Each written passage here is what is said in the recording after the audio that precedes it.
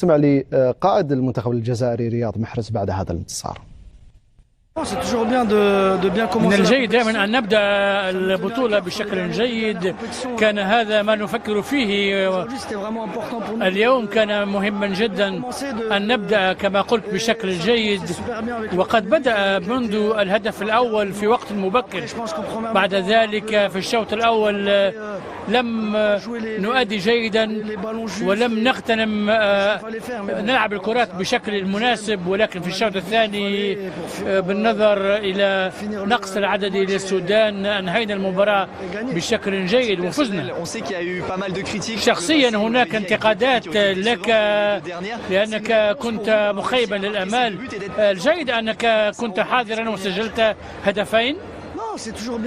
نعم، من الجيد دائما أن نسجل، هذا أمر يدخل عليك الثقة، وهذه المباريات حاسمة بطبيعة الحال. عندما لا تسير الأمور بشكل جيد لا يكون الأمر إيجابيا، لكن عندما تسير الأمور بشكل جيد ينبغي أن نستفيد من ذلك، ينبغي أن نظل مركزين. بقيت مباراتان وعلى الفريق أن يستمر في رفع مستوى الأداء حتى نكون أكثر استقرارا في أدائنا.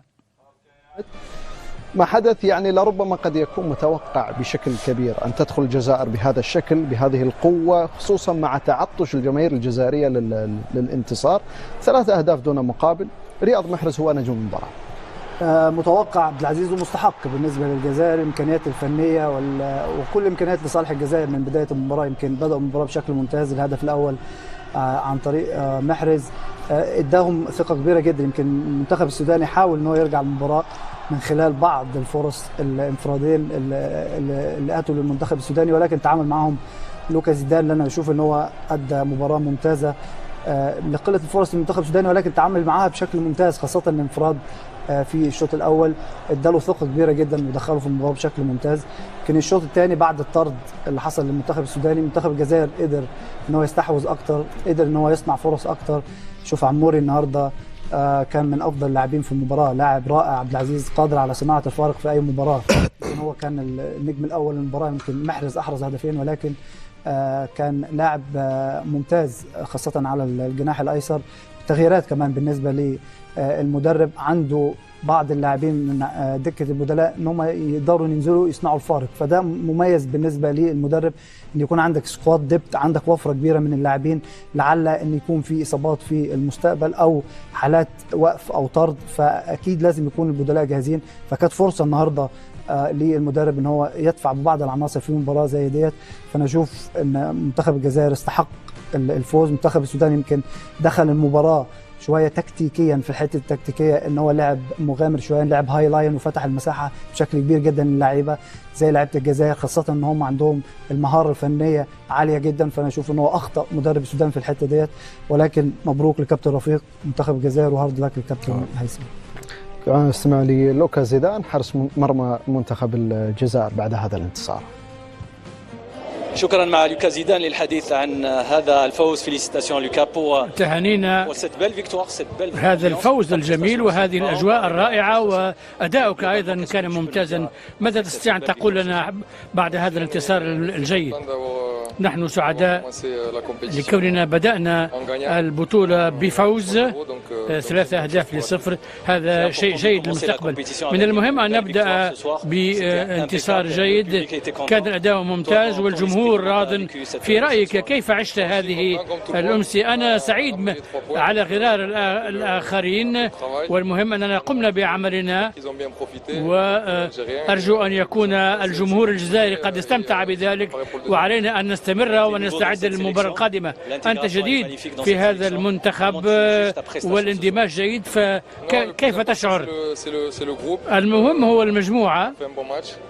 قدمنا مباراة جيدة وننتظر، وخاصة في الشوط الثاني، وسعداء بأننا فزنا بالنقاط الثلاث. هذا هو المهم.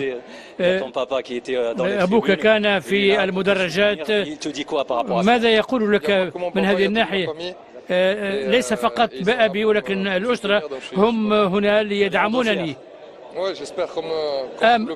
آملوا مثل الجزائريين أن يكونوا سعداء. شكرا. عودة إليكم.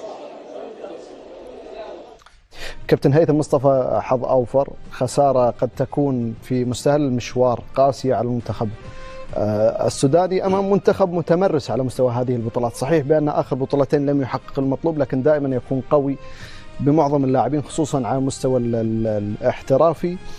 ومنتخب السودان أيضا من جانب آخر قد يكون مبشر بأنه حاول على مستوى التسجيل على مرمى منتخب الجزائر. عبد العزيز، تعرف المشكلة الكبيرة في المنتخب السوداني إنه قبل ما نتكلم عن المنتخب السوداني نبارك لأخواننا في الجزائر، مبروك، فوز مستحق، أداء ونتيجة، وإن شاء الله مزيد من التوفيق ويكسبوا المباراتين مساعدة لنا إنه نقدر ننقذ ما يمكن إنقاذه. اللاعب والعقلية الذهنية لما تكون مركزة في أشياء خارج الملعب بتأثر في أداءك داخل الملعب. فأعتقد إنه المعسكر المنتخب كان فيه إشكاليات واضحة قبل المباراة، والقائمين على الأمر في السودان أمر الرياضة معلومة بالنسبة لهم. لكن يقال بأن منتخب السودان غادر من الدوحة مباشرة إلى المغرب بالتأكيد، حتى وصلت البعثة قبل توقيت أنا الوصول. بتكلم عن إشكاليات داخل المعسكر المنتخب، في إشكاليات معينة. أنا ينبغي كان للاعبين في رأيي إنه هم يتحملوا المسؤولية، هم أول من يتحمل مسؤولية ما حدث اليوم، لأنه أنت كلاعب ما وجدته من محبة، ووجدته من جماهير، ما وجدته من إحساس، ما وجدته من تشجيع في أول دقائق المباراة تتغبى الهدف وأنت خارج أصلا إطار المباراة، ذاهب إنك أنت تلعب في بطولة كبيرة مثل هذا البطولة. الأفضل إنك أنت ما تكون تتشرف إنك تنال شعار المنتخب الوطني اللي هو الآن الوطن في جراح، محتاج لرجال لاعبين يقاتلوا من أجل هذا الشعار. في كثير من الأوقات أنا كنت بقيف مع هؤلاء اللاعبين لأنه كانوا بيأدوا في ظروف صعبة جدا، لكن لما تستغل الظرف الموضوع فيه المنتخب بشكل عام والموضوع في السودان وتضغط على اللاعبين، تضغط على إدارة الاتحاد، تضغط على المسؤولين في توقيت حساس، يبقى أنت ما تستحق تنال شرف تمثيل المنتخب. ده المهم.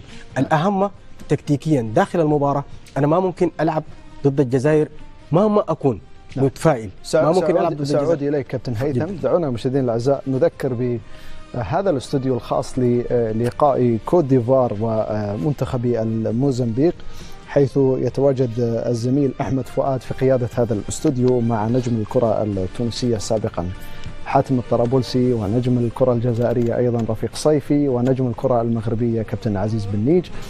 سيكون هذا الاستوديو على لقاء كوت ديفوار وموزمبيق في اللقاء الافتتاحي لكلا المنتخبين، حيث سيكون هذا اللقاء في الساعة 8:30 مساء بتوقيت مكة المكرمة، في تغطية خاصة لبي إن سبورتس على معظم وجميع اللقاءات في استوديوهات مختلفة.